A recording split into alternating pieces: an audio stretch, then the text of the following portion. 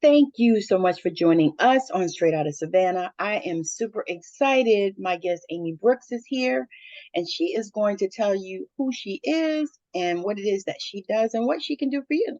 So, Amy, take it away. Well, thank you. Thank you. Thank you so much for reaching out and for having me on. It's an absolute pleasure. My name is Amy Brookes, as you said. I am so Savannah, Georgia, I'm assuming is where Straight Outta Savannah is. I'm Yes. Canadian, so I'm like way up here in the north. I'm an East Coast Canadian, but I'm currently living in Ontario. You would probably know the closest city as being Toronto. So that's kind of where I am in the world. Yes. But I work internationally. So I am a psychic medium. That's Mm. my main role. And I work totally virtually. So it started off, I started doing this definitely before the lockdowns and the pandemic and all that stuff. It started Yes. happening for me in 2019. And at that point, I was just working really behind the scenes. I had this fear of being seen. So I would only do readings by paper and pen or messenger email. Okay. Which let me tell you is way harder than talking to somebody face to face. But that's how I started. So I could work with anybody anywhere. And then I started, the world shut down. So I moved totally online and I stuck with it because I will say the majority of my clients are not local to me. So I think there's something really beautiful about being, in two very different places and still connecting and energetically bonding in a way that Yes. maybe you wouldn't expect. But anyways, we can get into that later. But I'm a psychic medium. I've been working professionally for coming up on 5 years now. I'm already also an intuitive mentor. I'm a podcast host. I am a past life reader. I'm a higher self reader. I offer inner child healing. I am a published author. I basically am a jack of all trades. And that I love that because I've tried to keep myself in one lane for so long, and I realized that I can't stay in a lane. I don't need to pick one. I can be all the things. And so that's what I'm trying to be and show other people that they can be that too, if it aligns with them, if that's what they want. Yes. Yeah. Oh, that's so perfect. That is so perfect because that is exactly what I just had a conversation with somebody else about. Not Because I surprised. said all these coaches want you to niche down and just do one thing or focus here and that. And I'm like you, I cannot do it. I I can't do am it a either. lot of things, I can't even do it. It's not, Mhm. in my design to do that. And so let's talk about how you found out that you were a psychic medium. Okay. So in hindsight, I can see that I've always been a psychic medium. Okay. But connection to spirit is not very, very rarely is it like we think or what we think, what we see in kind of media or Hollywood films and things. Yes. It's so subtle. Like it's not like Ghost Whisperer. It's really not like that very often. It's much more subtle and it's like energetic impressions of things you receive. Mm. So I spent my whole life thinking I was a very highly imaginative person. um, I really did. And I probably still am, as I do feel our imagination is a place that spirit plants, images Well, and thoughts it's and our feelings and playground. ideas. It's the channel. Like that's where things come in very often. But the real like moment for me of awareness was, well, things started to happen, I'd say like 2016, had my last child. I've always been highly tuned in during pregnancy. So I have 3 children, dreamt of them, knew what their genders were going to be. Their names came to me in dreams. So like I've always been tapped in. It went kind of over the top during pregnancy. And then in early 2018, so in January of 2018, my father, who had just celebrated his 60th birthday a few months before, went in for like a routine day surgery. And he was fine coming out in recovery, but soon after developed, unforeseen complications. And after 6 days of these complications, he passed away. Oh, And wow. so, yeah, he was, my mom found him. He was passed away. He was gone, and then alerted the nurses and doctors, and they were able to get his heart beating again, put him on life support, and they told us that he would not like live for the day. Like that would be the last day he'd be living. And so I don't live back at home anymore. I live in another province. I live 1,500 kilometers away. And I could have flown, but everybody in the room was like, there's no time. You're just not going to make it. I think it's best that you say goodbye now while you have an opportunity. So I did this over the phone. And nothing can prepare you for a moment when you have to say goodbye to a parent over the phone. Yeah. But I did. And in this moment of doing so, I kept getting all these impressions of things. So I felt my father clairsentiently. So that means clear sensing. So it's like I just felt him and I knew he was with me and he was showing me images. So when you see images in your mind, it's called clairvoyance. It's what most people are familiar with when we talk about the clairs. Right. You see, hear in your All they know. imagination. That's Right. all they. That's most people know is You're a clairvoyance. clairvoyant. That's what they. Yeah, right. And everybody will say that's what a psychic is, but there's Yeah. way more to it than that, and way more ways that spirit will communicate with us. But he started showing me images of the room that I couldn't have had. I didn't have any knowledge of. Mm. The door number, the nurse's name on the whiteboard, who was in the room, what they were wearing, the doctor's name, like all of this information came through to me, and I thought, what is happening, right? Like it was not my own memory, and it wasn't something that was in my environment, so it's coming from elsewhere, and it felt like it was from him. So I in this moment, as I was saying goodbye, he was giving me all these impressions and feelings, and he told me that he didn't want to go, but that it was his time and he did have to go, and we all have a time. I Oh, mean, wow. none of us know when it's going to be, as we shouldn't know when that's going to be, but it was his time. So he couldn't fight it. But, his personality, his spirit was a fighter. So he was like, they're going to say I'm going to go today, but I'm not going until tomorrow. And that's part of my personality. That's me fighting for you, right? Being true to myself. But I have to go. And so this impression obviously stuck with me. It felt real. There was no denying it. I did mention it to a few people in the room, and I was like, by the way, can you confirm, is this the door number? Is this the nurse's number? Yes, yes, yes, yes, yes. But everybody's kind of like in an out of body experience because of the trauma that's happening. So, we're aware of it, but we don't really connect it anymore. Right. Yes, the next day he passed.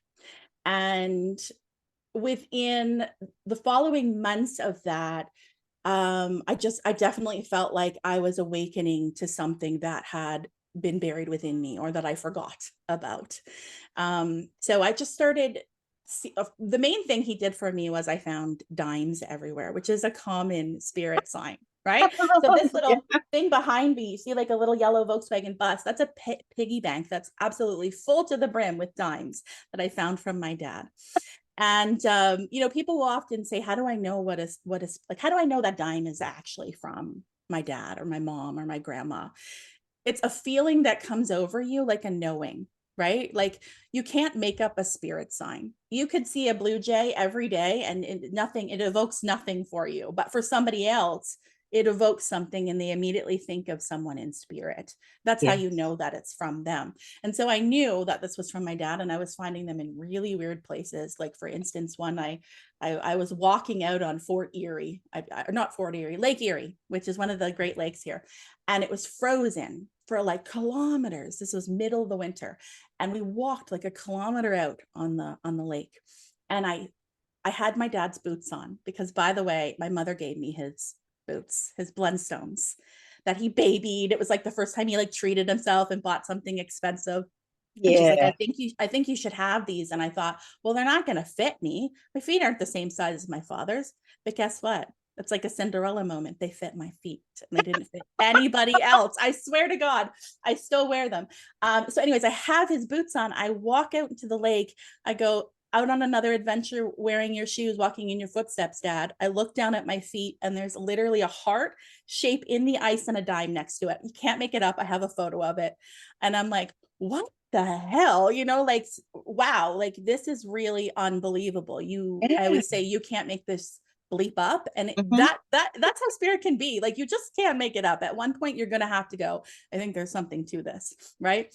But yeah, that was kind of how I really awakened to it. And about a year after that, of having all these crazy experiences, I started having moments where I'd be talking to someone like a friend and I'd feel like I had their loved one with me. Oh, wow. Yeah. And I was like, okay, so I don't think this is about just my dad. Like, I think I can do this with other people. And I think they know I'm ready. So they're starting to come to me. Wow. Yeah. So a few months later, I kind of, came out of the spiritual closet, so to speak. And I always kind of thought of it as an impulsive move because I had the realization that I was a medium probably in like January, and I launched my business March 4th of the same year, and came out as a medium. It was that quick. Um, Wow. yeah, it was really quick, but it was so undeniable. It was so undeniable. I knew it was something for me, and I knew it excited me and it brought me joy. And so I know that those are all signposts from your soul to follow. If something's exciting and makes you feel curious, or brings joy, and it also has the capacity to bring other people joy, it's definitely something for you, and you should follow it as far as you could or should, and can. And so that's really how I got into it. That's it. It was just a year of experiencing the wonders of the universe, and one day going, okay, I'm going to do something about it. And So, yeah. with that, how did your family and friends react to you coming out of the spiritual closet? It's funny because my husband is very, let's say, like left-brained. Was in the military for 25 years. He's very logic-based. He works in IT, like he's not really down the spiritual path, so to speak, as like I am. But he was like, okay, cool. Like it wasn't a big deal. Funny enough, my family knew because they knew of this experience in the hospital room. They knew of other things that had happened over the years, that I had shared with them. And so they knew I was tapped in that way, in some way. So they weren't surprised. When I kind of came out on social media, the people that I grew up with, that when I went to high school with, the mom friends, all of that kind of stuff, they were like, makes sense. That makes sense. So nobody was really surprised, even though I didn't really think of myself as outwardly being spiritual. I guess everybody could feel that from me, and knew it. So they're like, yeah, that makes sense. It's not surprising at all. Everybody was Right. cool with it. Yeah. So, were you raised like in a religious type of, Not really. or let's say even spiritual? No, nobody ever talked about anything spiritual. Wow. No, never, never, never, which is actually a story. There's like a theme I've noticed, and something that I shared on my own solo podcast is like this theme of all these weird things happening in my life, but nobody ever talking about it. So the reason that I like to do these interviews and go on my own podcast is to talk about the things that nobody talks about. Exactly. I actually had a near-death experience when I was 6 years old. Oh, wow.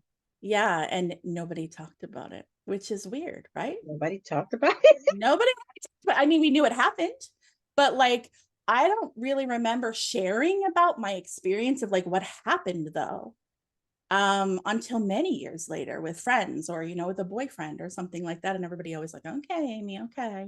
Like I believe that you believe that that happened. But no, like it wasn't a conversation. My parents weren't overly spiritual. My dad was actually a major skeptic, thought I was absolutely Looney Tunes anytime I wanted to talk about mediumship or psychics. So it's I feel like it's this big cosmic kind of hilarious moment that he is the one that has awakened me to my gifts. Yeah. I remember soon after, I'm like, who's laughing now? Like here you I was are thinking helping that. I guide was me. like, wow, how did that go? Right? That's so crazy. Yeah. Yeah. Like sometimes people will book a reading and go, I don't know if my loved one's going to come through because I don't know. Like, I think they definitely wouldn't have believed. Or maybe there was some sort of belief system that, kept them feeling like it was wrong, or they were fearful of it.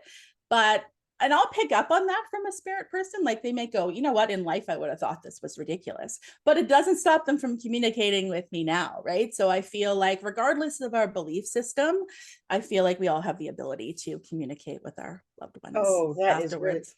that is really good.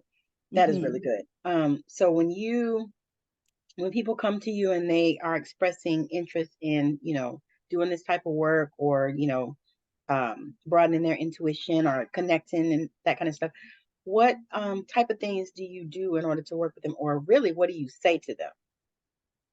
So I don't, it's funny because most people will just like, there's quite a bit of information on my website or in the social media, content and posts and stories and videos and all that I do. So it's actually not that common for somebody to like email me or DM me and say, I'm interested in a reading. Can you tell me more? Because I feel like there's just so much information on my website that they have a good idea. Like there's videos on there where I tell you exactly what to expect, and you can read about other people's experiences. So most people are just like kind of ready to dive in based on what they know. But what would So I you don't have to do say? even a lot of prep work with Uh, people that come to you. No, I actually have made it so I've kind of set my intention with the universe or with spirit that I don't want to. I don't want to do legwork. I want this to happen organically. I want the connections to feel like, I think that's the ultimate in trust and surrender. And I think that's what we're here to learn. Like spirit has taught me that we as people are here to learn how to um manipulate energy and master energy, right? Because in the spirit Yes. world we can. The spirit world will show me, I want to be here, I'm there. I want to be there, I'm there. I just have to think about it. And I think that we as like souls and spirits ourselves remember that we have the ability to do that.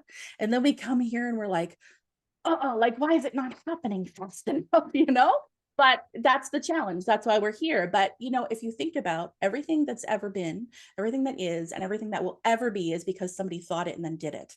So I always think to myself, then Mm, why can't I I? like Why not that. me? Why not me? Like, Like that. somebody else is going to do it if I don't do it, right? Yes. You can do it. There's no hierarchy of souls. There's no hierarchy of spirits. Think about anytime you have like a bright idea or you're inspired. It's like this, think of like the stream of collective consciousness or energy above you. It's coming to you for a reason. You thought of it or were inspired by it for a reason, and it's yours for the taking if you grab on. If you don't, it's going to go to somebody else, right? So it's like, if you don't write this song, somebody else is going to write that song. If you don't write this book, somebody else is.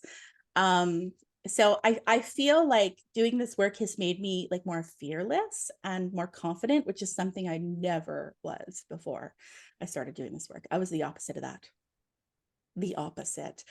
And I've never been afraid of the spirit world. Some people will say that, like, so you just did this, you just launched this business and did it. Weren't you afraid of the spirit world? No, they're lovely folk. I love the spirit world. It's the people that find me that I was worried about, because I am a recovering people pleaser and I Yes. overgive. And I knew that I would struggle like with certain personalities, or maybe, just energy doesn't jive sometimes, right? And actually Yes. energy isn't personal. It just is. Right. Yes. And so I wanted to protect myself from potential negative situations, or situations that might make me feel less confident about myself as a reader and a healer. And so I set the intention when I launched my business. I'm not doing any legwork. I will show up and I will do the stuff, but I'm not soliciting. I'm not telling people to book with me. I'm not advertising. People will find me because they're meant to find me, and that's the way it's Yes. going to be. And so Yes. that's how I operate. And I always say, in divine timing, in divine timing. It might not be right now. It might be another time. It might not be me. It might be another medium. Um, there's really no place for ego in this work. Yes. Yeah. Absolutely. That, yes. So Mhm. what kind of work were you doing before you started doing this, before you stepped out of the spiritual closet? So my background, education wise, is I have a degree in psychology. And so that makes sense, right? It was what I was going to, work in a professional setting as a therapist. And then, a kid happened, and then I was like, okay, I'm going to play again. And then another kid happened, and I thought, okay, I'm going to put this on hold. Then the third kid happened. And, actually I applied last year to do my master's in psychology.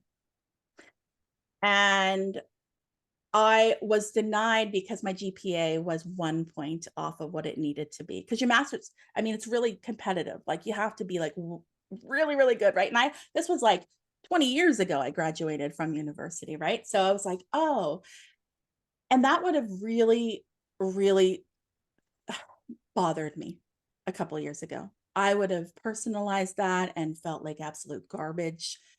But I had this weird, I knew it was like a lesson from spirit. And I thought, okay, so if rejection is redirection, what am I being redirected towards and why? Because I know I'm a good fit for that work and I know I could, help people that way. Why would spirit or the universe deny me to do that? And I'm somebody that needs to process out loud. So I went on a live on Instagram and shared that information with other people, which, by the way, I wouldn't have done before because I would have harbored shame around it. And I just talked about it. And as I was talking about it, I had this moment of clarity of like, I know what this is about. Because if I was put into that system, which, by the way, it is a system and there are rules and regulations and there's a lot of red tape and there's not a lot of freedom Yes. sometimes. Yes.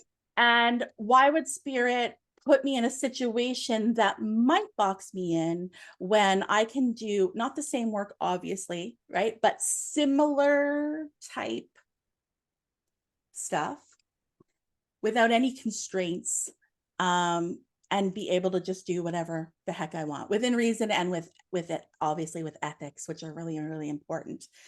And so that's why I was denied that, redirected from that experience, I think. But I did that. And then I was a stay-at-home mom for a few years.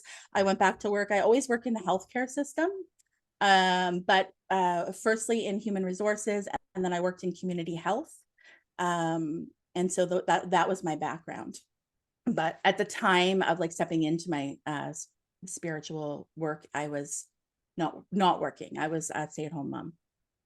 That was a blessing Yeah. Yeah. because I had the whole different experience. I actually just stopped working like in December because I was getting sick. Spirit was Mm-hmm. calling me. I was just like every month something was happening with my body, and I've never, like I don't even take regular medicines, and we already discussed how old I am. Yeah. I don't take anything regular like every day. I have something that I take for my back, but I don't even take that hardly unless it's like Mm-hmm. super bad. And I started getting sick. And I was Mm-hmm. like, what is going on? And so finally I started just asking. I was like, what is going on?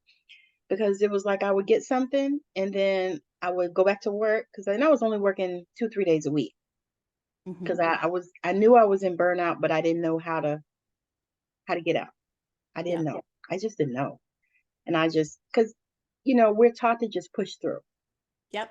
We're taught to just keep pushing, especially as women, because we Mm-hmm. just push through. You can Yep. do this, and this is how we were basically raised. Mm-hmm. And so I was pushing through, but it was not working. And then I finally got long COVID. I got COVID in last June, and then in September, it was long COVID. Mm-hmm. So I couldn't remember. My short-term memory was like that, and I'm in recovery now, which has been a blessing. My exhaustion hit me like every single day. It would hit me like because I was never a person like to nap. Mm-hmm. I had to start napping because I could not Mm-hmm. stay awake. And then it started affecting me at work because I was working like second shift. So, like 2 to 10. And then, it would hit me around 4 o'clock in the afternoon where I just felt like if I didn't lay down, I was going to die. Mm-hmm. That's how bad that thing was. And Mm-hmm. so now I realize that it was a gift. It Mm-hmm. was a gift because it was time for me, to come out of that matrix, Mm-hmm. and step out of the spiritual closet, which is what I just did as well. Same thing like you. And I was like, okay, all right.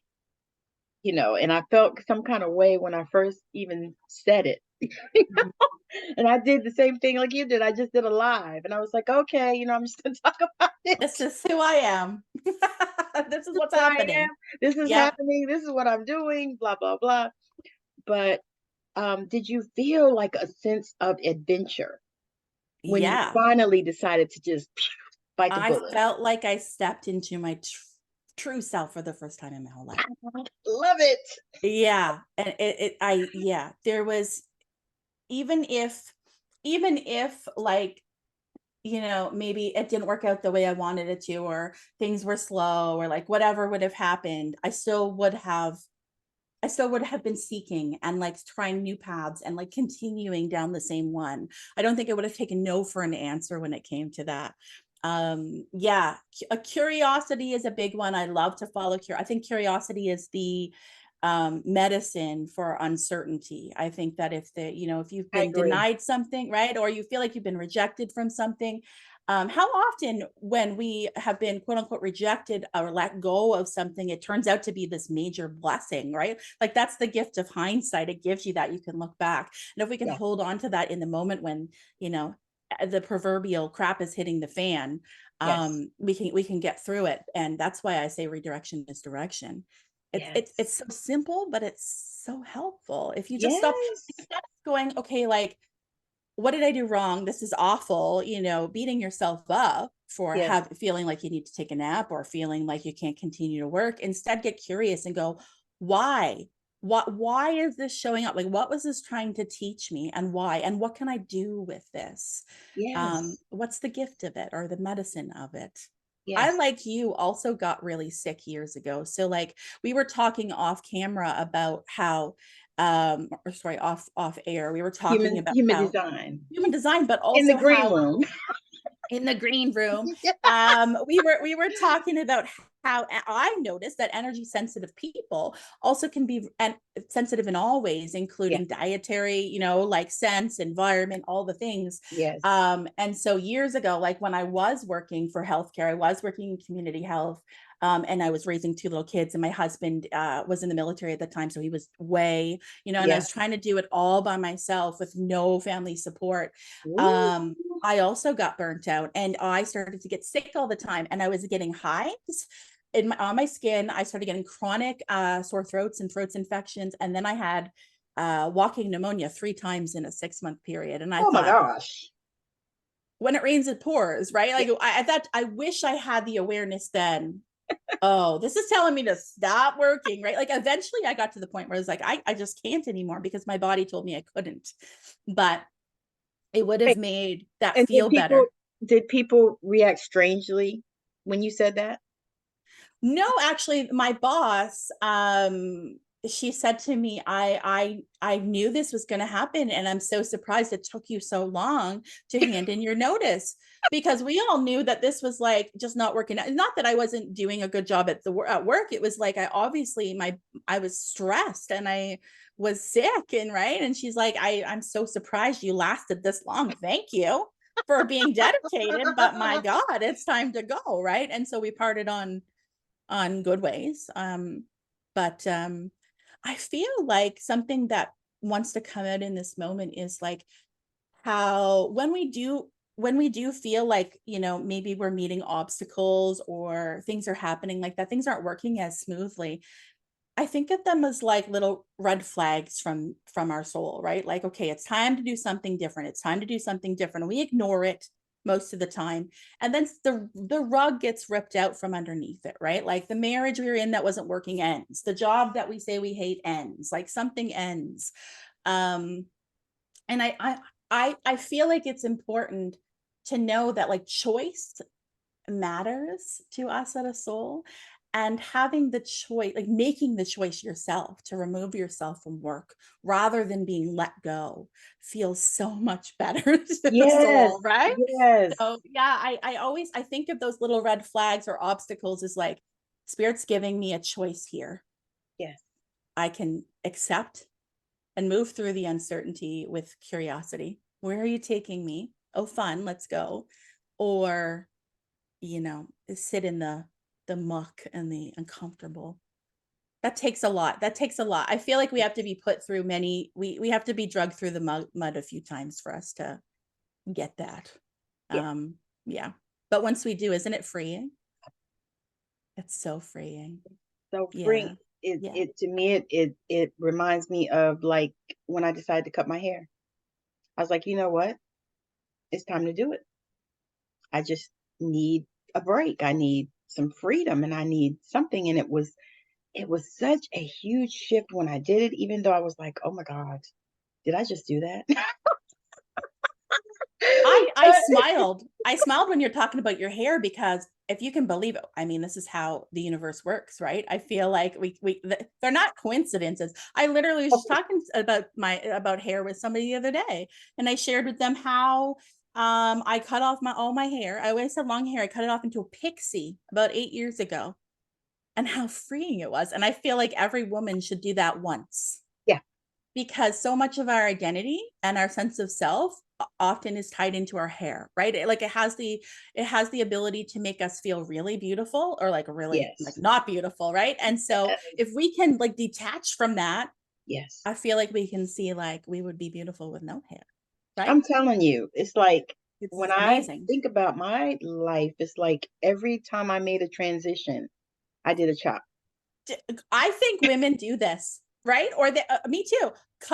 I'll cut my own bangs, like dye my hair. Like it's always something with the hair with Yeah. us. Yes. Yeah. Do you know Yes. what though? I was reading something about that. I wish I could remember it like exactly, but something about the spiritual, how like much energy and how spiritual hair actually is. Yes.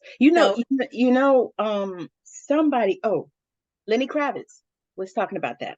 yeah, Because I don't remember he had the dreads and all yeah. that stuff. Well, he said that when he decided that it was time for him to make some changes in his life, that was one of the changes. And he described the freedom that he felt when he cut that hair off. Mm-hmm.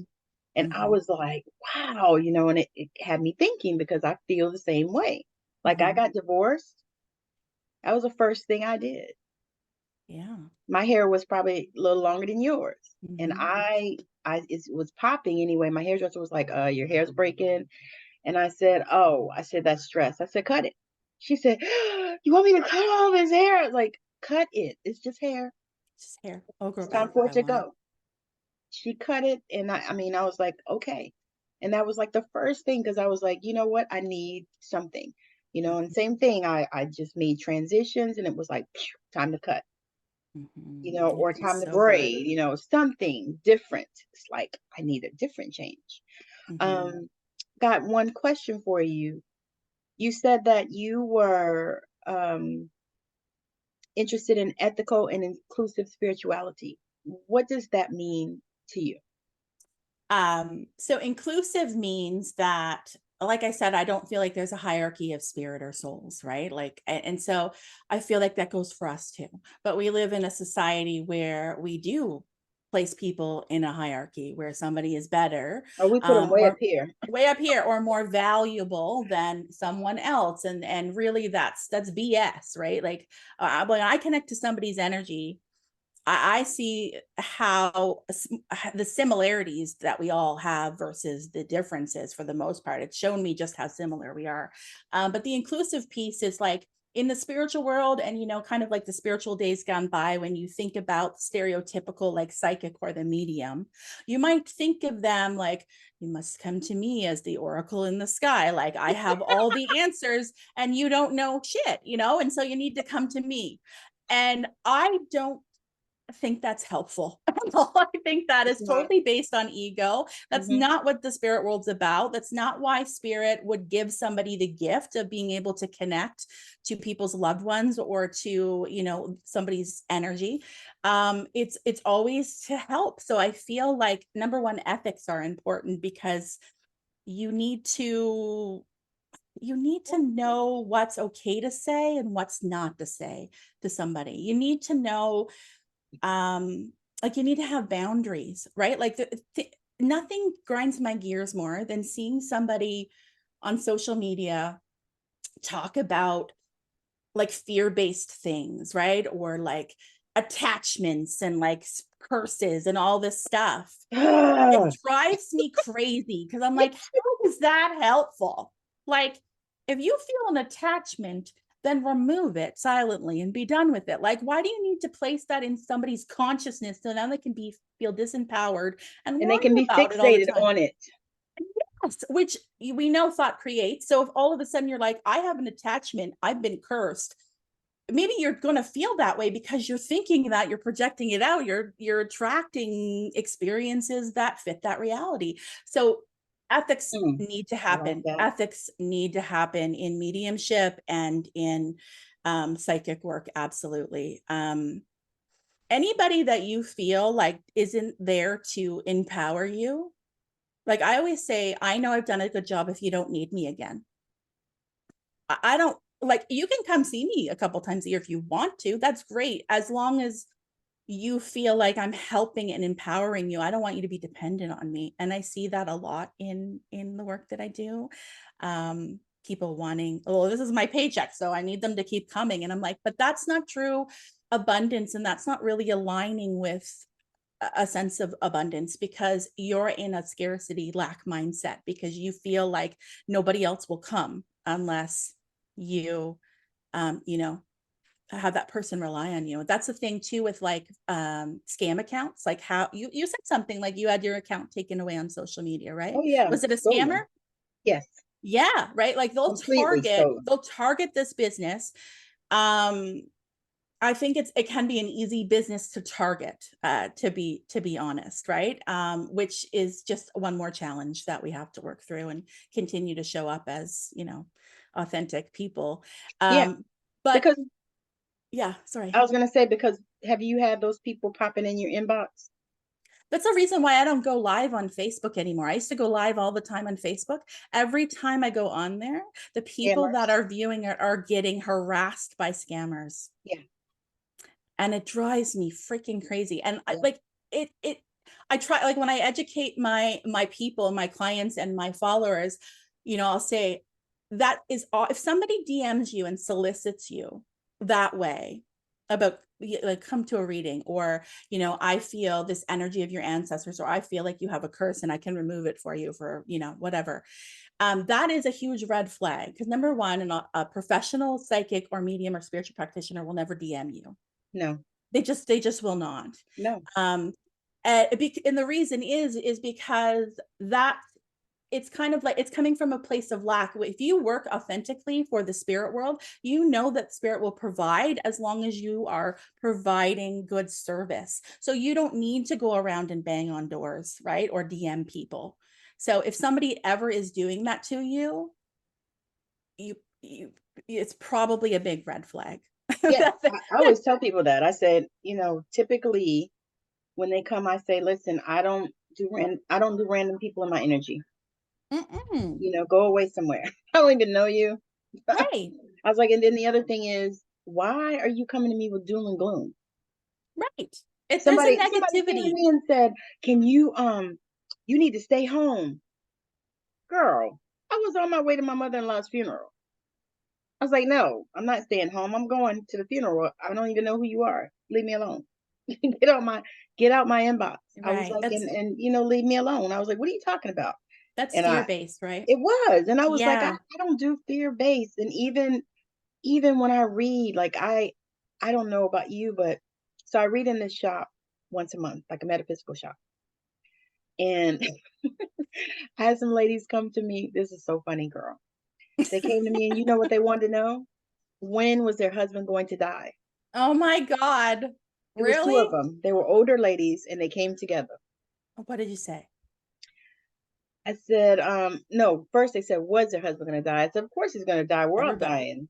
I said, some faster than others. Yeah. And then Yeah. they said, well, I'm just trying to find out when. I was like, that's not something that I can do. I said, that's Good not for something you. that I can know. And I was quite clear on that. And I think we talked about some other things or whatever, but that was their main reason for coming. And I thought, I wonder who they were used to getting that type of information from. That was my There's lots of my people that will thought. do that. But that's a really good example of Yeah, an ethical reader. You are an ethical reader. for sure. Because I'm like, I Yeah. wouldn't want anybody to do that to me. We should know that information. I was gonna say, I told somebody, I said, well, the Bible says that no man knows the day or the hour. I said, I think that's right. I said, you don't, Hmm. I mean, how do you know? I was like, now, if all of a sudden, like if I see something like that, I said, but to be honest, I don't even know if that was information that I would share Hmm. because I've gotten things like that before where I got stuff and I was like, ooh, should I tell them that? Hmm. you know, and, I think if the and question arises, you shouldn't. that's what I was going to say. Has Yeah. that been something that you've dealt with that as well? Is like, you get information and you're like, should I say that to them? Because for me, Um, I'm raw yeah. A little and bit at the real and beginning. A little bit at the beginning, I'd say, but like this work is based on intention, right? Yes, So like yes. what you're intending, like a spirit will listen to you. You can set boundaries with spirit, right? So for me, I just set my intentions with spirit, and I say what I want from them. And at this point they know how I work. So I don't even have to do this anymore, but they know, like, don't bring me anything that cannot be shared with this person, or this shouldn't be shared with this person, or Okay, that so is not in this high. I can set that intention with, okay, Yes. So what cool. I I like say that. with every client is, please connect me with, specific guidance, clarity, what have you, evidence for this person's highest and best good only. I don't want to know anything else that's not in their highest and best good. If we don't need to know that to help them, we don't need to have it come in. So I do trust, like, sometimes sensitive topics will come in, but because of that intention and that boundary I've set for over consistently for like 5 years, I don't worry so much if a sensitive subject comes in. So I'll kind of go into it tactfully, and I'll say, okay, so I feel like I've got some information coming in about this. Is this something you're okay with me speaking on? And more often than not, the person will go, yeah, it's actually why I'm here today, right? Or it's, I need you to tell it to me straight. And so then I go for it. But I always trust that if it's coming in, because of how I've set my parameters, that it's okay to share. Okay, Um, gotcha. yeah. As for the inclusive piece that you asked me about, I think that's just like, is making it so that people don't feel like I'm above them, or or that spirituality is something for just certain kind of people, and it's not for like Yes, everyday people. It's for yes, all of us. It's for all of us. yes. That is good Yeah. because that is what I've seen. It's Like I had people come through this stuff like, oh, well, so and so and so and so and so, we're doing the reading and having the conversation or whatever. And she said, oh, so and so, and oh, but you probably already knew that. And I'm like, no, I didn't know that. Because that's, and I sometimes it think can be. people, I was gonna Yeah. say, I think people are looking at like, Bewitched and, Right. what's her name, Yeah. Genie and Yeah. Medium and those shows. Hmm. What was the other one? The Ghost Whisperer and Ghost Whisper. Yeah. I'm trying to think of them. I think that might be it. because that's I what think the movie that like most, I know this isn't like a good example because it's kind of like a little bit of like a thriller slash drama, but like Ghost. the Sixth Sense. Oh yeah, Okay. yeah, yeah, yeah. Like I don't see spirit like he did, like the little boy did. Like I don't see spirit like sitting in the chair next to me in their physical form. That is called objective mediumship. Um, Oh, okay, so some people will see spirit with their physical eyes, and I have seen like shadow and things like that, where like I knew who the person was based on the shape of the shadow. But that's something that kind of freaks me out a little bit. So I've actually said to spirit, like, no more of that, please. I don't want to see you sitting in my chair. Like, please, all subjective mediumship, which means it comes in like impressions in your mind's eye. um see, but and so like I see that way sometimes. in person. Yeah, like Do I'll you? see, yeah, forms, and Yeah. like if they have a hat on, or sometimes Yes.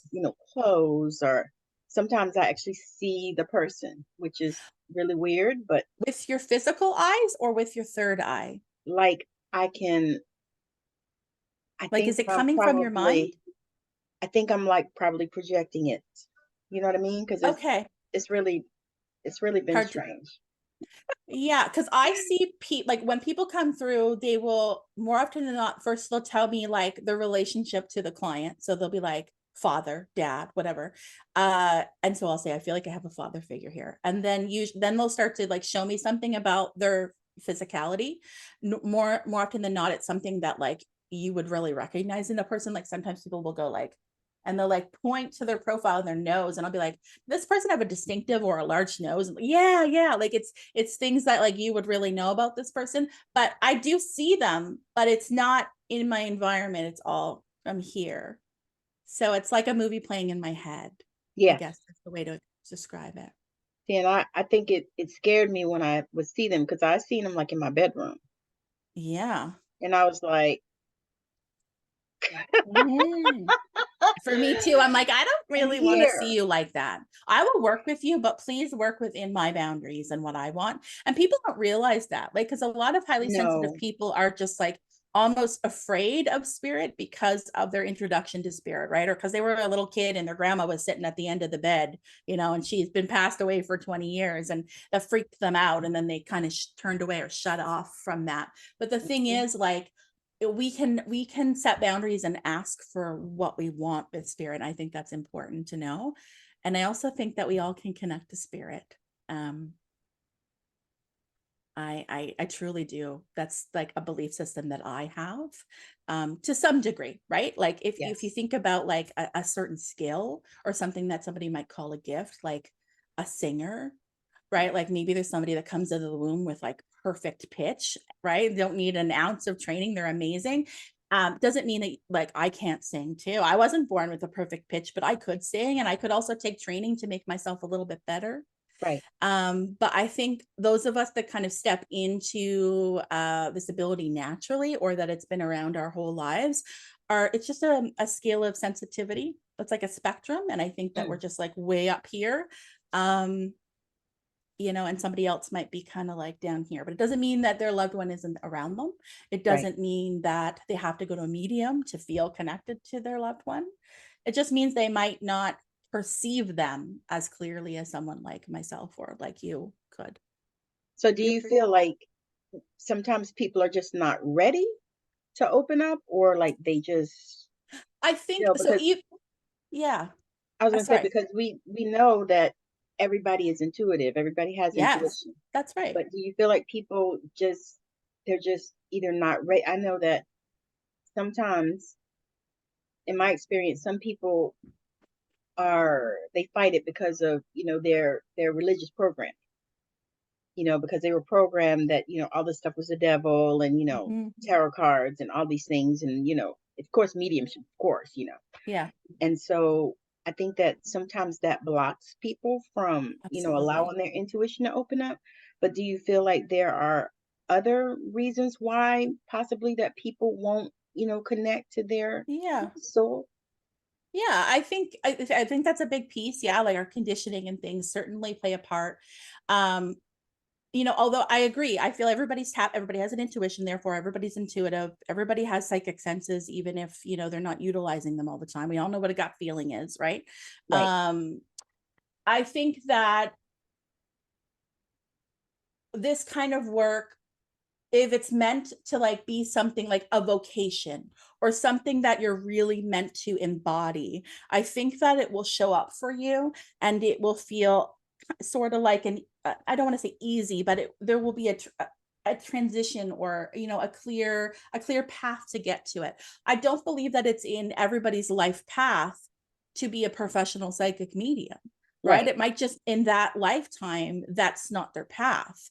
um so I think it's like a level of like interest. Like, what are you interested in? Like my husband, I talked about him a little bit, I think maybe off in the green room. In the green room, yeah. Right? Like very like, I wouldn't say skeptical. I think he would have been skeptical before I stepped into this work. Certainly. He would have labeled himself as that. But still, even though he's seen me work, he's never asked me for a reading because he's not interested in it. So for him, do I think it's in his path to be a psychic medium? No, it's just not part of his life path. But it doesn't mean that if he wanted to learn more and open himself up that he couldn't. But I think if that desire comes up for you, like I think if that desire comes up, that it means it is a part of your path. Do you know what I mean? Does that help answer your question? Yeah, yeah, yeah, Yeah. that's And exactly if what I you was have a saying. block, but it's within your path that you were meant to unblock it, you will, is how I feel. Yeah, because a lot of Yeah. people, I know a lot of people are watching, and that's some of the questions that they have, Mhm. because people are like, oh, well, can anybody do this work? If you want And to, if you have right. a desire. Yeah. Yes, yes. Yeah. So what do you say that is your greatest work that you're here to do? So what would you call, so like I'm going to share, like for me, I feel like I'm here to help people connect to their soul and really create, the space where they are supposed to be, or where they desire to be, or where they're being called to. So what Mhm. is it that you feel like is your greatest, I guess, mission? It's similar. It's I have a mission of connection. I know that. So that goes in it goes down a few different paths. It's connecting with myself, and that's part of my journey here. Is connecting to myself and what lights me up, and giving myself permission to follow it. It's connection with other people. It's connecting other people. Like connection is definitely a pillar. Definitely a part of my life. I feel that I am here to empower people. I'm here to show them what they are capable of, what they were born to do. And so the things that come through in my work are, like for instance, I think we talked in the green room about one of my readings that I offer, which is called a higher self reading. So when I do this kind of reading, I'm tapping into this person's energy at such a deep level that it's really like at the soul level, right? Even though you are your higher self right now, I find sometimes it's easier for myself and for other people to visualize your higher self as like that very enlightened, awakened, I've lived all my lives and I've done everything I need to do person way up here, far away, light years away, looking back at you right now and giving you guidance on how to get there. And so the things I tap into are like, what are your gifts? Like, what is supposed to be the easy button here because you've already mastered it before? And the moment you step in and you embody those, everything else, unfolds for you. Not only that, but what does your energy feel like to other people? How do you impact people? What are your potential energy blocks? We all have them. For me, I equate energy blocks with karma. So I know karma is a loaded term and everybody has different belief system around what karma is. But for Hmm. me and my beliefs, I feel like karma are patterns and cycles that we've been on doing for a really long time, and we're meant to transcend them. We're meant to end that chapter in some way. Karma is neither good or bad. It just is neutral. It just is how I feel. And so energy blocks. So something might show up as like a pattern or a cycle that you're meant Okay. to move through. Also, like what are you fearful of or like limited or challenged by in this lifetime? And the thing about those things, this is my favorite part to tap in for somebody, Love it. is those are the mountains you came here to climb. Mm. So it's very counterintuitive to your soul to go, oh, I feel limited by this, or I am scared crapless to do it. Therefore, I'm going to run away from it. Your soul is like, oh my God, like this is what you came here to do. And when you do them and you move through them, then they become the easy button and the gifts in the next life. Right. So, this is a question I'll leave the listeners with. Fear, or not a question, it's contemplation. Your fears and the things that excite you feel the same in the body, Mm. exact same. If you really like sit with this and think about it, you'll realize they feel exactly the same in your body. There's no difference other I than, agree with that wholeheartedly. right? It's the same, except you've labeled it different. Maybe the thing you're calling a Yes. fear, you don't have any context for. You don't really know how this is going to turn out, or maybe it's just like something you really have to do, but you don't want to do it because you're always going to face resistance when you're supposed to do something, but you're scared to do it, right? Versus excitement, they're the same damn thing. Like they're the same thing. And so I think of that anytime I feel like I'm limited by something, and I'm like, this can easily turn into excitement if I just flip the switch on this. And it's Yes. helped me. And I know that that's where the most evolution in this lifetime is going to happen. And that's how you speed up your timelines. That's how you accelerate. Mm. All of that is you just climb that mountain. You just do it. And the thing is, when you face your fears and you climb your mountain, your helpers show up on the mountain. People just Mm. show up. Things just show up. Opportunities show up, and you're like, whoa, right? Like it's like magic. But if you always go down the easy path, sometimes it's Mm. fruitless, right? Like you don't meet Yes. your people there. You don't have all the opportunities there sometimes. So yeah, I want to impart that on people because that personally has been very life-changing for me. Yes. I can That's part of see my that. mission. Yeah, that's part of my mission, is like breaking down myths and misconceptions that keep people small and fearful. and it's empowering them to just do the thing. That's what my guide, that's my tagline from my spirit guide. Do it scared. Just freaking do it. Like my spirit guide is very no nonsense. So it's like, just do it. Like dry your eyes and go. I was going to say Quit mine, your mine have whining. to be. Mine have to be. That's the only way they get through to me, at I'll least. say, uh, mine have to be. It's like they already know. They're like, this bitch is hard headed.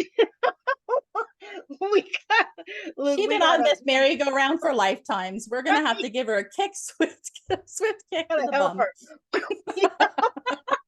Well, that's how I view my spiritual awakening. It wasn't like it was gradual if I look back to it, but at the time it felt like somebody just pushed me through a door and was like, have fun, like Like, that's what get it out felt like. there. See ya. Like, okay. And that was scary. Like when people are like, how did you do that? Weren't you scared? Yeah. But there was something in me that knew if I didn't do it, it'd be the biggest regret of my life. So I had to do Yes. it. And then all the helpers and all the opportunities Mm, showed up. yes. So yeah. So I let's think the talk a little bit. universe, Oh, go ahead. I think the universe rewards the brave. Yes, absolutely. I agree with that completely because it's Mm-hmm. like as soon as you start saying, okay, I'm going to do this. And just like you said, things start showing up, because I would have never dreamed that I could be off of work. This is August now, Mm-hmm. 8 months, and still be good. You're good. I'm good. It's You're like, good. oh my God, I never would have ever thought that. And it's like, all right. But I had to take the step because, I had been through the sickness and stuff. And it was like, they were like, get out there. It's time for you to do this. Yeah. But let's talk a little bit about human design Okay. and how that has come into your work, because I know that has shown up. Yeah, I Um, love human design and I love gene keys. Do you know anything about the gene keys? Girl, I got Gene Keys Oh my goodness. I got right all the here. books too. Yeah. I got like all the books. The I'm like book and in the the Richard Rudd cards. fan club. Yeah, me too. Um, yeah, so human design entered my world about 3.5 years ago. So I didn't really know much about it. I knew like occasionally I'd see like I knew the word, but I didn't know what it was about because I'd see it Right. like on Instagram and things like that. People would be Mm-hmm. talking about it. Didn't know anything about it. In intuitive guidance readings, which is what I call a psychic reading, right? And I just reframe it as intuitive guidance rather, because I Mm-hmm. don't want I people to love think it. I'm a fortune teller, because I'm not. That part. That is a myth we have to bust. Yes. Fortune telling. Yes. The future is not set in stone. We actively create it day by day, choice by choice. So anybody that tells you in 5 years this is absolutely going to happen is they're Lying. just, yeah, or they're coming from a lens of like, sometimes I bring in future things, right? But I always say this is a high probability. If it's showing up as a possibility, it means you can have this. And hey, let's find out how to better get you on that path. Or why aren't you already on it? Like what's blocking you from it versus like, how much of a disservice is it to say this is going to happen in 5 years and then don't give you any guidance and you don't do anything different in your life? Like that's a disservice. Or what about the ones that say, yeah, I see you're going to die in 5 years? I actually had a client tell me that she had to work her nerve up to book with me, but I came so highly recommended by her friends that she did. But she had gone to see a psychic medium like 4 or 5 years beforehand. And that psychic medium told her that her sister was going to die of cancer in the next 2 years. That is a highly unethical thing to do. There you go. That's not in anybody's highest and best good. That does harm, right? We're here to do no harm, right? I always say we're here to leave things better than we found them. That should be Yes. our goal. Yes. Yes. So yeah, so that's why I call intuitive guidance the reading is what I should say. So long story short, it's always a long story with me. Sorry. It's okay. That's why we're here. I'm a storyteller.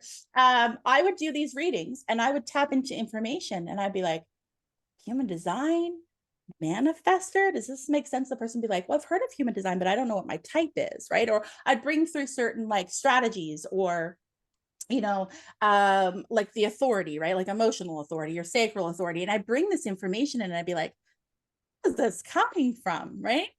So I bought a human design book and I started to learn about it. And I was like, whoa. So whenever this comes through, like it's accurate. Because my clients that I would bring it up with would then go, so you're right. I am a 3-5 generator. I'd be like, where is this coming from? I need to learn more about it. So I've been learning about that for 3.5 years now. And the Gene Keys. It's so much. It's so much information. Some people are overwhelmed by it, right? They're like, oh my God, what is I this? But was when I yeah, first it's a lot of information. was because true story. When I first did my chart, I thought I was born at a different time.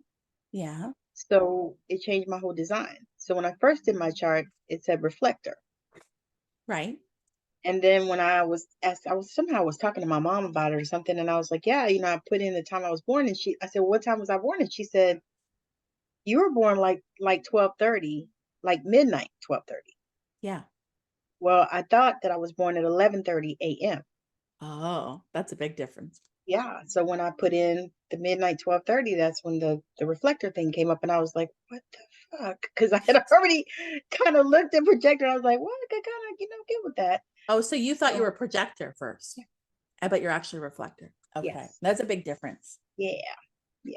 But I was like, Yeah. okay, and then once I started looking into it, I actually had a reading with a girl that does the human design readings, and she did it really good. She laid it out, and she gave me, I have papers and stuff that, Mm-hmm. a report, what they got, a report and all that. And so she shared, and I understood some, and then I started kind of diving into it a little bit more and started trying to find more information, which is so hard because Mm-hmm. it's not a whole lot. And for a while, it was like all the information was regurgitated, the Mm-hmm. same information, Yep. just, and I Yep. was like, but I saw a video that Ra did on it, and that was super helpful. Yeah. The guy that Yeah. created it. Ra uru ha. Yeah. Yeah. I Yeah. saw a video he did, and it was super helpful. And I Yeah. kind of was learning, understanding a little bit more. And then I kind of started looking at other people's designs too, because, I noticed that I could kind of pick up on it. Yeah. Like I'm like, okay, you're a generator. You got all this energy. Would you have known that I was a generator? I did.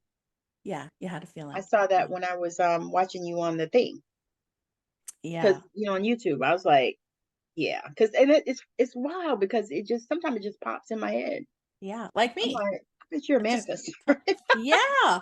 Yeah. I remember doing, it's funny because we talked about the higher self readings that I do. There's been so many instances where I've looked at that and then I've compared it afterwards. I've been like, I think I've looked at it through the lens of human design and be like, this person is definitely a manifestor best based on what came through. And then they are. And that just happened last week where somebody had a higher self reading with me. I brought all this information in. And then a friend of mine who does Gene Keys for businesses, right? For small businesses Oh, was I love working with, that. it was working with her at the same time that I was working with this woman, and me and the Gene Keys woman are like know each other, right? So we're like, this is random. We're both working with the same client, and you could see the overlap. And like when I talked to the client, you could see how much her human design showed up in her higher self reading. I think it's all connected, and It is. it's all connected. It is. Yeah. It is. And I think that's the beauty of it for me, Yeah. because it's like to me, it's like every time I learn something new, on this journey, because like I've so many courses and so many classes Yeah. and never enough. Let's talk a little bit about that before we land the plane. Okay. So I know that when we were talking in the green room, we were talking about how, you at one time felt like, you had to know more, more, more, more, more, and it just never ended. It was like, like a never ending story. I got to know more. I need to take another class, another class, another class before, and you and I are similar, and probably many, many people watching us are the same, where, we just have to get to a place where we feel comfortable enough to, step out there, or we know enough or whatever. Um, let's talk a little bit about how that worked for you. Well, what's funny is, so that came about when I shared that I'm a 5/1 in Yes, human design. That's my profile. So the one is the investigator who needs to know all the information, goes down the rabbit holes, needs to know all the things. But the shadow side of that is feeling like, even though other people might see me as an authority or an expert about something, you don't. I feel insecure about my knowledge and like I could never know enough to share.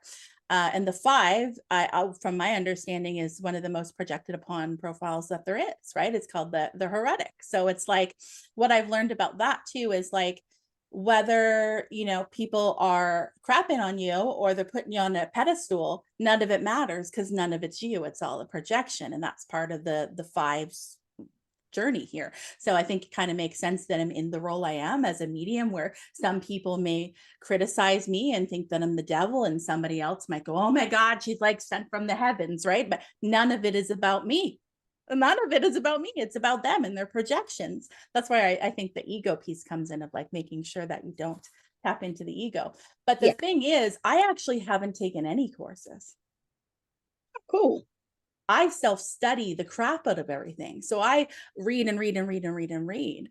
But I used to have an insecurity about the fact that I mentor other people and teach other people, yet I haven't been taught and mentored. So that was my insecurity Yeah. about that. But now viewing it through my human design, I see that that is me working through the shadow and the insecurity of the one, and just doing it anyway. So for me, I read all the books. That's the thing I do. I watch all the videos. So it's similar, but that's the piece that comes in when people are like, don't you think it's impulsive that one day you just declared yourself a medium and stepped into it? And I'm like, no, I think that's part of my healing. I think that scared the shit out of me, but I had to do it. I just had to do Me it. I think too. there comes a point where you just have to do it. You have to say, I know enough. I know enough. And I just have to do it. And it's Yes. scary, Yes. but I see myself having like walked through that insecurity a bit, in this role. Yes. Yeah. Yeah. Yes. So, I understand it completely, because that's the because thing. It's when like, will ever be enough? exactly. Do you know what this reminds me of? Is, do you ever like set a word of the year? Like, are you a person that does that? Yes. Yes. So I do that too. And this year, 2023, the word that came into me was enthusiast. And I'll tell you Nice. why. It came about because I was listening to a video with Gary Vee. Do you know who Gary Vee Oh is? yes. Like a motivation. Yeah, I love Oh him. yes. So he was answering this question from somebody in the audience about like, how do I get other people to view me as an expert? And what he said is, why do you want to be an expert? Like, an expert is I'm paraphrasing Gary Vee, obviously. Right. Other people can view you as that expert. They can put you on that pedestal and be like, I need to go to Amy, or I need to go to Tammi because she has all the answers. But like, why do you need to identify with that? Why is that a goal? Because an expert gives this feeling of like, there's a level that's reached to be an expert, but then what's beyond it? It's like you've reached, it's not expansive. Right. So he said, why don't you try being an enthusiast? And when an enthusiast shows up and does their work, everybody wants to be a part of that because they're like, whoa, they're passionate for their craft. They're excited, but also they continue to learn and grow and evolve. They're not putting a Yes. cap on themselves. Hmm. So, yeah. So I for like that. me, yeah, it's really reframed. It helped me move through the insecurity of my line one, or however that's showing up for you with like, do I have enough information? Am I ready to just put myself out there? I think that when you're passionate, Right. Right. I think people respond to it, and Yeah. they don't need you to be a self-proclaimed expert. They just want to be in your energy and learn with you. Yes.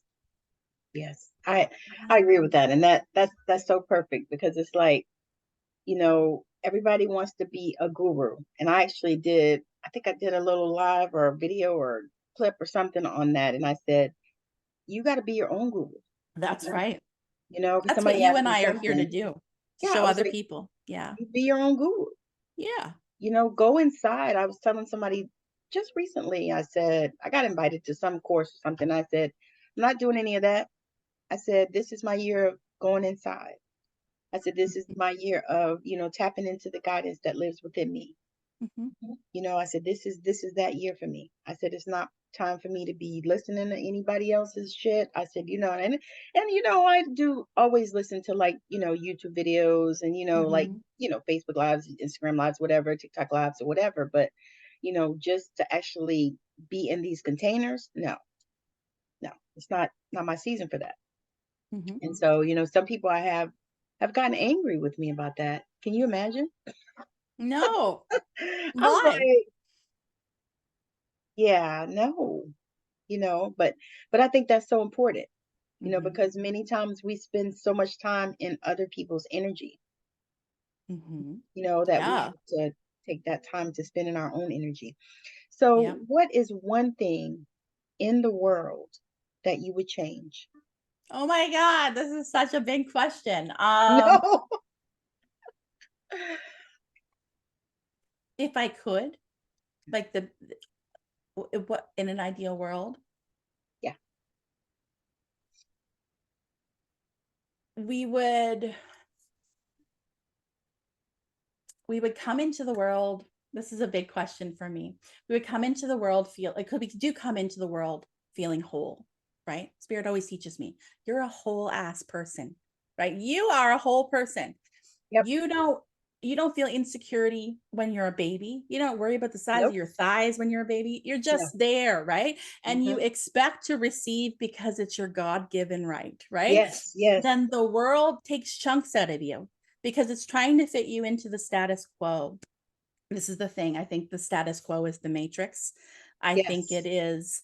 I think the world is set up in a way to make you feel like you have to be something different than you are, but the real test is to be yourself regardless. And the more people I connect to, the more I know that nobody feels like they fit in, if we're really honest. We all Yes. feel like we don't fit in. So I Yes. feel like it's about like if we could raise our children or educate children, like what however that shows up, or educate the people in your life to know that they are already whole and they don't need anyone or anything. um I think that that would be the ideal world, because then I think, I think about a world if you were raised knowing that, and society taught you that, and then they were like, what are you really passionate about, Tammy? What do you love to do? Okay, let's provide some foundation so you can do that in the world. Like, think about how happy and fulfilling life would be, because we all have something we're really good at, Yes. but most of us aren't living it because society is not set up for us to feel supported, or like we could support ourselves by doing it. No, because they So want us to be workers. they want us to be worker That's the bees. program. Yeah, that's the industrial revolution. But like we're moving into a new time. Like Gene Keys says, 2027, we're moving into a new time. Yes, I'm ready. And we're like entering the age of Aquarius. Well, we're in the age of We are Aquarius. in the age of Aquarius. The more you study Aquarius and what that stands for. I mean, today we're recording on the full moon in Aquarius. Like, it's a beautiful, beautiful synchronicity. That's all about like stripping away at the structures that keep Yes. us small. Like the next couple 100 years are going to be big changes, I think. Yes. Yeah, I but for the agree. better, it's coming.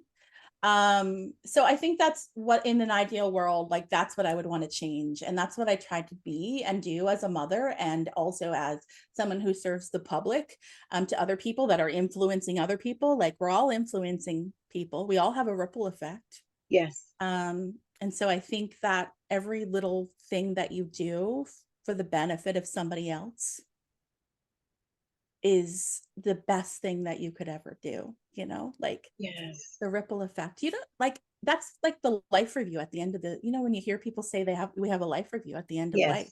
Yes. I Yes. feel like that's true.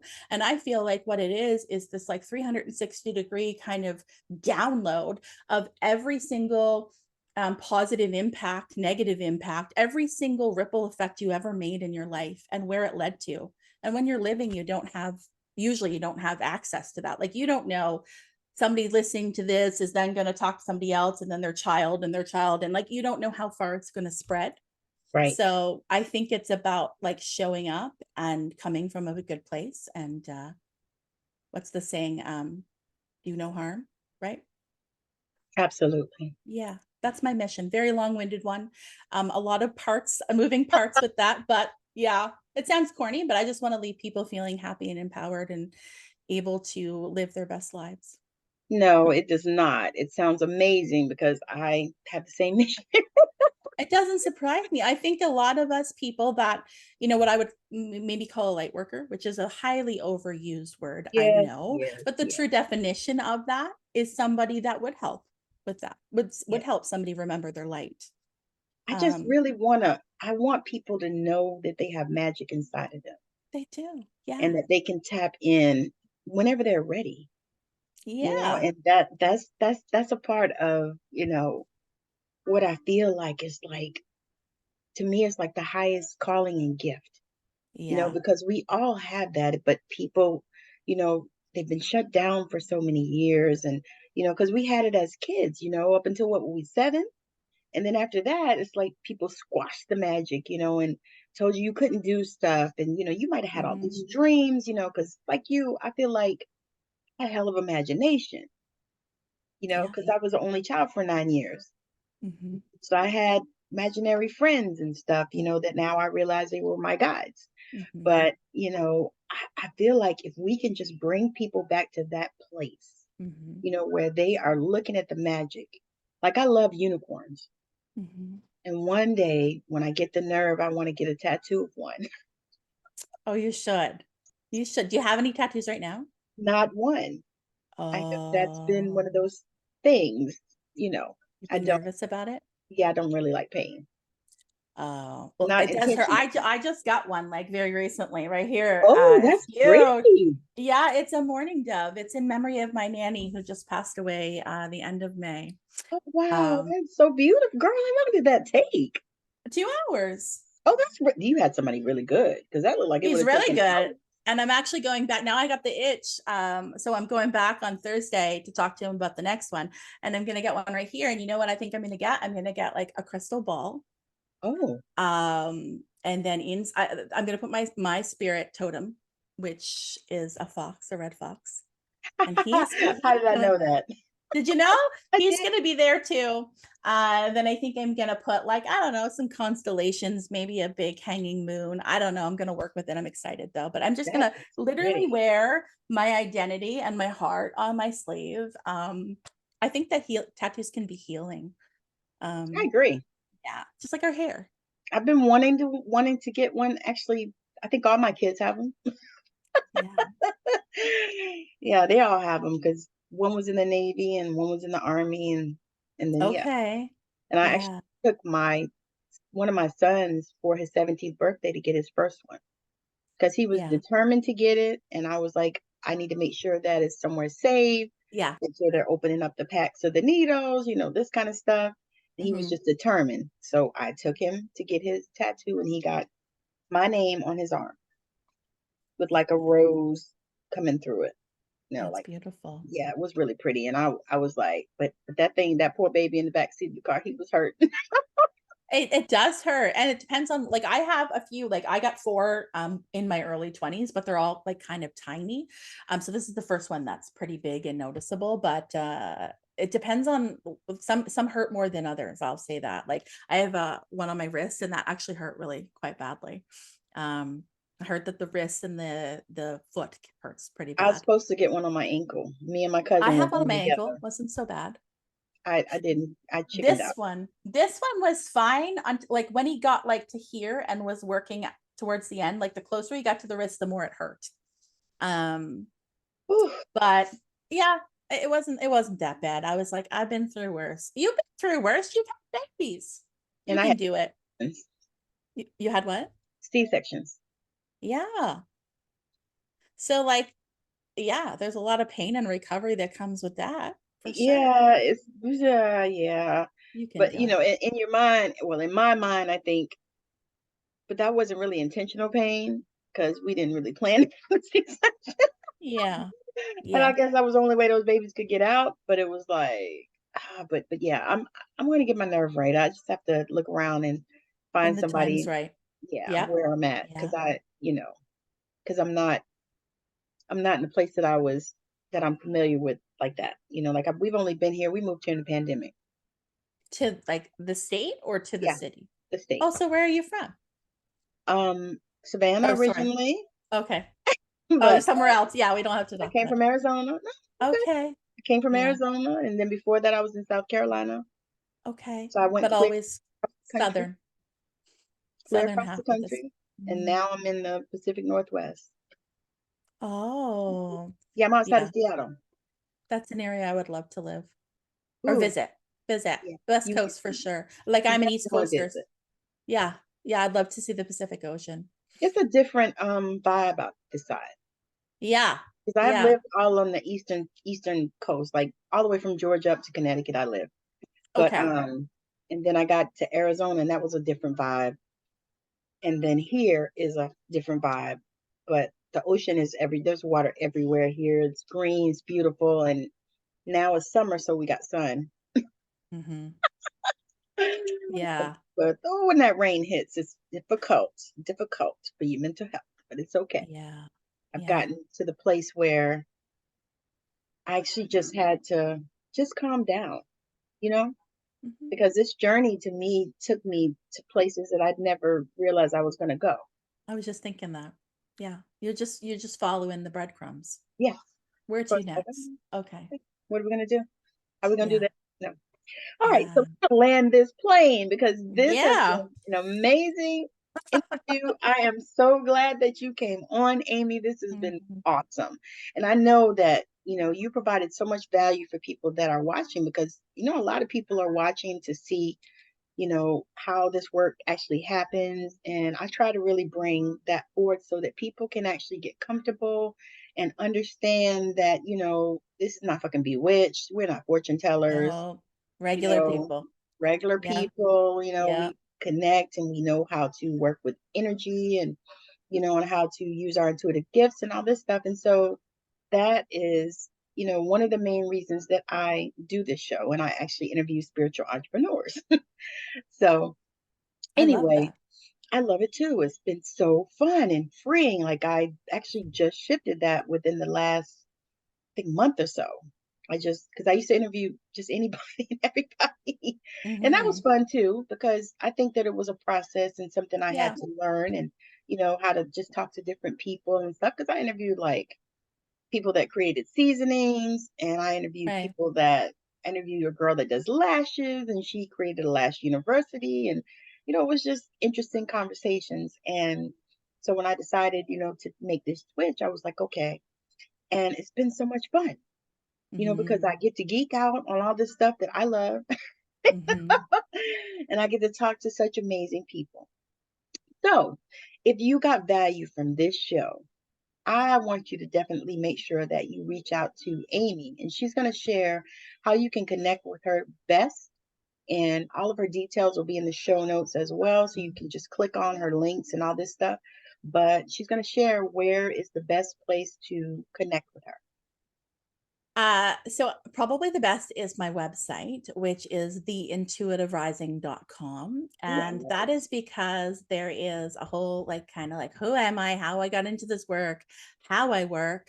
There are links to every single offering that I have. And there's also videos included in that. So I speak on what you could expect versus just like reading about it. So I tell you like what you can expect from the reading, any preparation that I would like you to do, all that kind of stuff. There's links to a blog on there that I update occasionally. There's direct links to my podcast on my website. So that's kind of like your, best bet to find out everything. There's also testimonials. So there's like over 100 now testimonials in there of client reviews and things that they've left and the impressions that they've had. And I feel like that's always helpful for people to read, especially when you're hiring somebody to do this kind of work for you. You want to feel like you can trust them, and you want to feel like it's a good energetic match. And sometimes it helps reading other people's experiences. So that's the best one shop place to go. But I also like the Intuitive Rising is my handle on all social media. So YouTube, Instagram, Facebook. I do have TikTok, but I like never ever go on it. It's one of those things that I don't know. It wasn't my jam. So I don't update so much over there. But if you Google the Intuitive Rising, I'm sure I will pop up. I love it. I Thank love you. it. I love it. So she is Googleable. I am Googleable. Yeah, yeah, for sure. I love it. I love it. I love it. So we are just so grateful that you came on to have this conversation. Oh, I'm grateful And you I asked me. and I know that other people are too, because this is such powerful, amazing work that you're doing out here in the world. And Thank we you. need it. We do need it. I do agree. And I think the more people that tap into that authentic parts of themselves, like we all need that. That's what the world is lacking, right? Yes. Yeah. So yeah, I hope that we together have inspired someone to step into that a little bit further. Yeah. Baby steps are okay. Now let me ask you one more question. Of course. So, what role do you think that the pandemic played in people awakening? I think it played a major part. Yeah. I think that so there's so many things with this. I feel like number one, it gave people an opportunity, um, at least offered them the opportunity, whether or not they took it, was up to them, but it gave the opportunity for stillness and a little bit more of a disconnect from the rat race, right? Mm, So it gave people an opportunity to go, okay, who am I? What am I doing with my life? Do I actually like myself? Do I like what I'm doing? Am I aligned on my path? I think it gave people that opportunity. It's like the world has never shut down. Those like yeah. first few months that it shut down, like we've never seen that before, ever. Yep. At least in our lifetimes. So I think that, if we could take a spiritual kind of, if we could look at that from a spiritual lens, it would be to have people slow down and sit with themselves, which is uncomfortable. And Yes, it especially when you is. don't want to face it. But I have never seen so many people begin to just kind of like uproot their life or like do something totally different or step into their spiritual gifts. Like how many people are now spiritual mentors, or they've tapped into their intuitive side, or they realized that they were a medium and their life didn't allow them to see it because they never had any quiet. They were never able to be still. So Yeah. for me, that's what I see come out of the pandemic. And I That was also our gift. that was the gift of it, right? And I feel Mhm. like it was, I don't want to say it's purposeful because I know that the pandemic brought so much pain and people have lost people, and I've connected to so many spirits who have passed Right. from COVID. I would never say, that everything happens for a reason, because that's triggering and not kind and not for anybody's Yes. highest and best I good. I so agree. Yes, but I feel like something needed to happen to shake us awake Yes. collectively. Yes. And whether we like it or not, the world is never going to be the same. We're never going to be the same. Things are not, we want them to be totally back to normal, but there's cracks. There's cracks in the foundation and they've never been so apparent. But how that, what does Leonard Cohen say? The cracks in the pavement let the light in, right? Yes. That's the Yes. only way we're going to heal all the things we've been burying, all the things Yes. we didn't want to acknowledge. I agree. Yeah. Yeah. So I think this is a painful time in history. Yeah. I think it's a challenging time in history, and I empathize so much with people. But I feel like if you can look at things of like, what did this trauma give me the opportunity to see? I feel like that puts us in a more empowered mindset about it. And for a lot of people, it's just to for once ask themselves what they want or what makes me happy. Oh, that part. That Yeah. On that note, we are going to land this plane. That was so amazing. Thank you so much, everyone, for joining us. Whether Thank you you. are watching the video or you are listening to it on wherever you listen to your podcast, thank you, thank you, thank you. And if you are a spiritual entrepreneur and you would like to come on Straight Out of Savannah and talk about it, make sure that you reach out to me. You can send me a message on the podcast platform. You can also comment on the YouTube video, or you can Google me because you'll find all my details in Google. So, again, thank you so much for hanging out with us. And I have loved it. And Amy, thank you Thank for your you. time and your energy and Of your course. amazing conversation. And it's been so great. And I'm super, super excited that we've had this conversation. Me too. Thank you So, so thank you much. so much. Bye now. Bye bye.